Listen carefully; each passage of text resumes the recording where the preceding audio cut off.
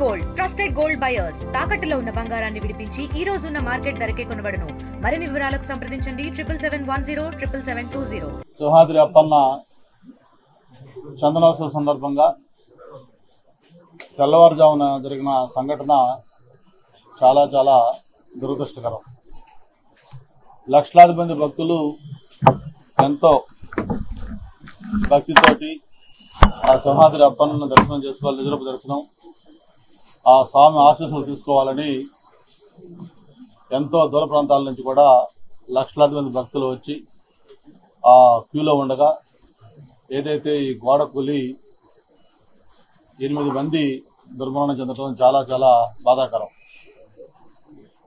సంఘటన తెలిసిన వెంటనే గౌరవ ముఖ్యమంత్రి గారు కూడా వెంటనే స్పందించి మొత్తం జిల్లా యంత్రాంగంతో పాటు ప్రజాప్రతినిధులందరినీ కూడా అలర్ట్ చేసి వెంటనే దీని మీద ఎలా జరిగింది ఏంటి, గాయపడ్డ వాళ్ళకు వెంటనే తక్షణ సాయం అందించండి, అవసరం వస్తే వాళ్ళని మెరుగైన ఆసుపత్రులు కూడా తీసుకెళ్లి ఎంత ఖర్చైనా వాళ్ళకి వైద్య సాయం అందించండి అని చెప్పడమే కాకుండా దీనికి సంబంధించి ఎలా ఈ సంఘటన జరిగింది దీని మీద ఒక విచారణ కూడా ఆదేశించడం జరిగింది. మామూలుగా మనం చూస్తా ఉన్నాం, ఫస్ట్ టైం ఒక 4 మంత్రులతో ఒక కమిటీ కూడా ఏర్పాటు చేయడం జరిగింది. ఎందుకంటే ఎక్కడా కూడా ఇటువంటి సంఘటన జరగకుండా ఉండాలంటే పోలీసు, రెవెన్యూ, అలాగే ఇన్ఛార్జ్ మినిస్టర్, ఎండోమెంట్ మినిస్టర్ అందరూ కూడా సారథ్యంలో ఇటువంటి ఉత్సవాలకు సంబంధించి ప్రత్యేకంగా లక్షలాది మంది భక్తులు వచ్చేటప్పుడు ఏర్పాట్లు కానీ కోఆర్డినేషన్ కానీ అన్ని ఉండడం కోసం ఈ కమిటీ కూడా గ్రూప్ ఆఫ్ మినిస్టర్స్ ని కాన్స్టిట్యూట్ జరిగింది. మీరందరూ కూడా మొన్న లాస్ట్ టైం రివ్యూకి వచ్చారు. ఎండోమెంట్ మినిస్టర్ గారు, అలాగే రెవెన్యూ మినిస్టర్ గారు, హోమ్ మినిస్టర్ గారు, జిల్లా ఇన్ఛార్జ్ మినిస్టర్ గారు, స్థానిక ప్రజాప్రతినిధులు అందరూ కూడా కలిపి ఏర్పాట్ల మీద ప్రత్యేకంగా సమీక్ష చేయడం కూడా జరిగింది.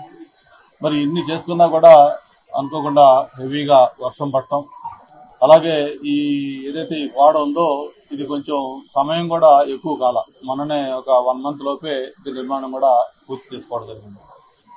ఏదేమైనా చాలా దురదృష్టకరమైన సంఘటన ఇది. మరి ఈ చందనోత్సవం రోజు జరగడం చాలా బాధాకరం. ఆ మృతులకి ప్రగాఢ సానుభూతిని తెలియజేసుకుంటూ వాళ్ళ కుటుంబ సభ్యులకు కూడా సంతాపం తెలియజేస్తా ఉన్నాం. గాయపడ్డ వాళ్ళకు కూడా మెరుగైన వైద్యం అందించి వాళ్ళని ఎటువంటి ఇబ్బంది లేకుండా కాపాడాలని కూడా ప్రభుత్వం ఆలోచన. మరి దీనికి సంబంధించి చూసాం, ఈఓ గారు, మినిస్టర్ గారు, ఎంపీ గారు అందరం కలిసి కూడా ఆ ప్రాంతం చూసాం. డెఫినెట్ గా దీని మీద ఇప్పుడు ఇది సమయం కాదు, ఎందుకంటే లక్షలాది భక్తులు ఇంకా దర్శనాలు చేసుకోవాలి, ఆ కార్యక్రమం పూర్తి కావాలి. సాయంత్రం శాసన కటాభిషేకం అయిన తర్వాత రేపు తప్పకుండా సీనియర్ అధికారులు వస్తారు, అలాగే మా ఇతర నాయకులు కూడా అందరూ వచ్చి అసలు ఎందుకు ఇలా జరిగింది, కాంట్రాక్టర్ చేసిన దాంట్లో ఏమైనా నాణ్యత లోపాలు ఉన్నాయా, లేకపోతే ఇంకేదైనా జరిగిందా, వివిధ ఎంక్వైరీలో మొత్తం అన్ని కూడా నిజ నిజాలు తెలుస్తాయి. దీనికి సంబంధించి సహాయక చర్యలు కూడా మనం చూస్తా ఉన్నాం. ఇన్సిడెంట్ జరిగిన వెంటనే ఎన్డీఆర్ఎఫ్ కానీ, ఎస్డీఆర్ఎఫ్ కానీ, అలాగే ఇతర డిపార్ట్మెంట్లు అందరూ కూడా కోఆర్డినేషన్ తోటి దీన్ని అందరూ కూడా పర్యవేక్షిస్తా ఉన్నారు. ఎప్పటికప్పుడు గౌరవ ముఖ్యమంత్రి గారు, ఎండోమెంట్ మినిస్టర్ గారు కూడా దీని మీద మానిటర్ చేస్తా ఉన్నారు. మామూలుగా మనందరం కూడా అనుకున్నాం, గౌరవ ముఖ్యమంత్రి గారు కూడా ఈ చందనోత్సవాలకు రావాల్సి ఉంటుంది. ఆయన ప్రోగ్రాం క్యాన్సిల్ కావటం, అలాగే ఎండోమెంట్ మినిస్టర్ గారి ప్రోగ్రాం కూడా క్యాన్సిల్ కావటం, దీనివల్ల కొంత వాళ్ళు కూడా రాలేకపోయారు. ఇంకా వాళ్ళందరూ కూడా వచ్చి ఇటువంటి సంఘటన అయితే ఎక్కువలాగా ఉంటుంది. కానీ ఏదేమైనా ఈ సంఘటన చాలా దురదృష్టకరం. మరి ఇటువంటి జరగకుండా భవిష్యత్తులో ఏ చర్యలు తీసుకోవాలో కూడా తీసుకున్నాం. మరి ఈ సంఘటన విచారణకు ఆదేశించారు కాబట్టి ఆ విచారణలో నిజాలు వస్తాయి. ఎవరు దీనికి బాధ్యులు, ఇంతమంది చనిపోవడానికి కారణం ఎవరు అని తేలిన తర్వాత తప్పకుండా వాళ్ళపైన చర్యలు కూడా ఉంటాయని చెప్పి మనం చేసుకుంటూ మరొకసారి భక్తులకి కలిగిన అసౌకర్యానికి చింతిస్తూ అందరిని కూడా క్షమించమని కోరుకుంటా ఉన్నాం. ఎందుకంటే ఎప్పుడైతే ఈ క్యూ లైన్లు ఇవన్నీ కూడా డిస్టర్బ్ అయ్యాయో మొత్తం మా అన్ని క్యూ లైన్లు కూడా కలిపి మామూలుగా దీన్ని చేయాల్సి వచ్చింది. కొంత దానివల్ల అసౌకర్యం కూడా కలుగుతుంది. భక్తులు దయతో అర్థం చేసుకుంటారు, మనస్ఫూర్తిగా క్షమిస్తారు. కొంత అసౌకర్యం కలిగినా కూడా ఆ స్వామివారి దర్శనం చేసుకుని స్వామివారి ఆశీస్సులు అందరూ కూడా పొందాలని మరొకసారి కోరుకుంటూ తప్పకుండా సాయం చేస్తుంది. అది గౌరవ ముఖ్యమంత్రి ఇప్పుడు వచ్చేటప్పుడు కూడా కాన్ఫరెన్స్ కాల్ మాట్లాడుతూ ఉన్నారు, దాని మీద ఒక నిర్ణయం తీసుకుంటారు. అఫిషియల్ గా 8 మొత్తం 17-18 మంది ఉన్నారు. కొంతమందికి గాయాలయ్యాయి, వాళ్ళు ప్రైవేట్ ఆసుపత్రిలో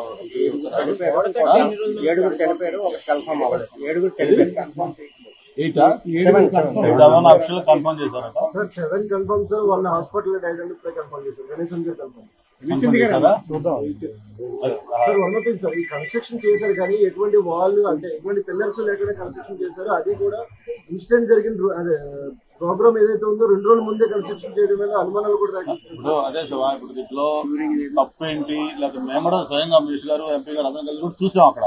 అంటే ఇప్పుడు అది మాట్లాడుకునే సమయం కూడా కాదు. ఇప్పుడు మన ముందు ఈ రోజు ఈ కార్యక్రమం కంప్లీట్ కావాలి. అందుకే ప్రభుత్వం విచారణకు ఆదేశించింది. ఆ విచారణలో అన్ని వాస్తవాలు బయటకు వస్తాయి.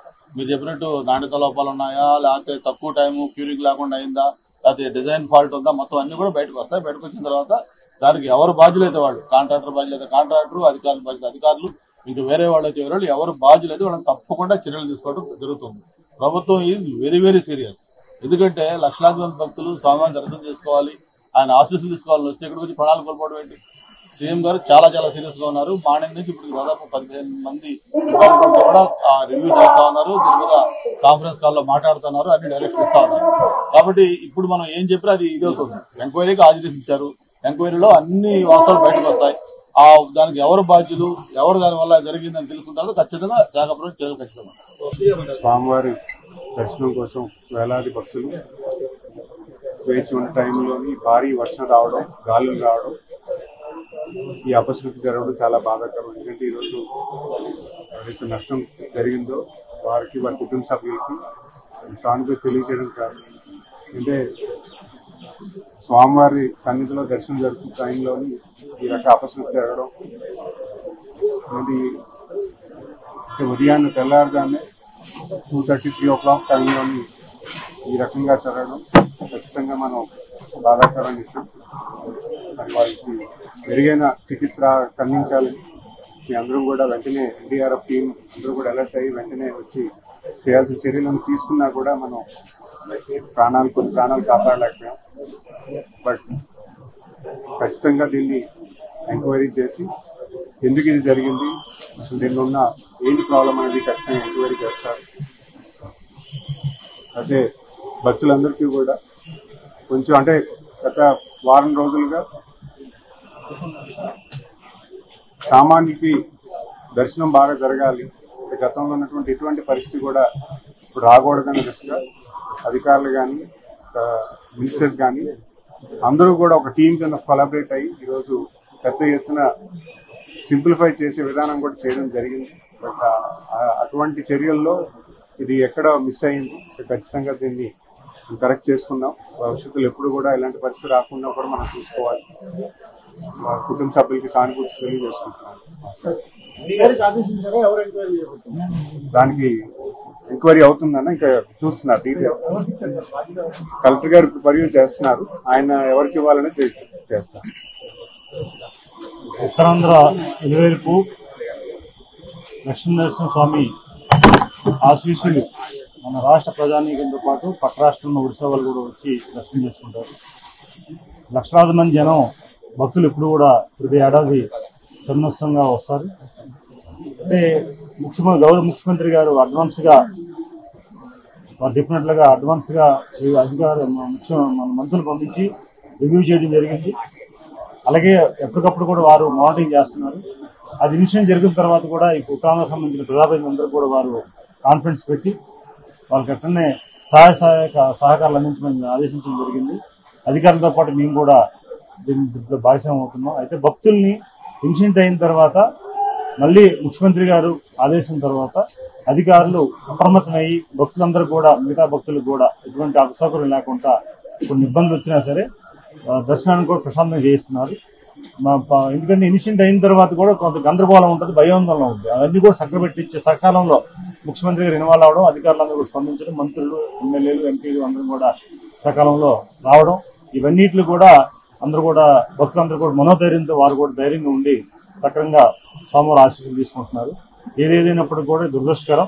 దీనిపై వారు చెప్పినట్లుగా ఖచ్చితంగా ఎమ్మెల్యే గారు చెప్తున్నట్లుగా, మంత్రి గారు చెప్పినట్లుగా ఖచ్చితంగా విచారణ ఉంటుంది. విచారణలో ఏం తేలినా సరే ఖచ్చితంగా సెల్ ఉంటుంది తెలియజేసుకుంటాం. మరిన్ని వీడియోస్ కోసం ఛానల్ ని సబ్స్క్రైబ్ చేయండి. లేటెస్ట్ అప్డేట్స్ కోసం వాట్సాప్ ఛానల్ ని ఫాలో అవ్వండి. ఆ లింక్ డిస్క్రిప్షన్ లో ఉంది.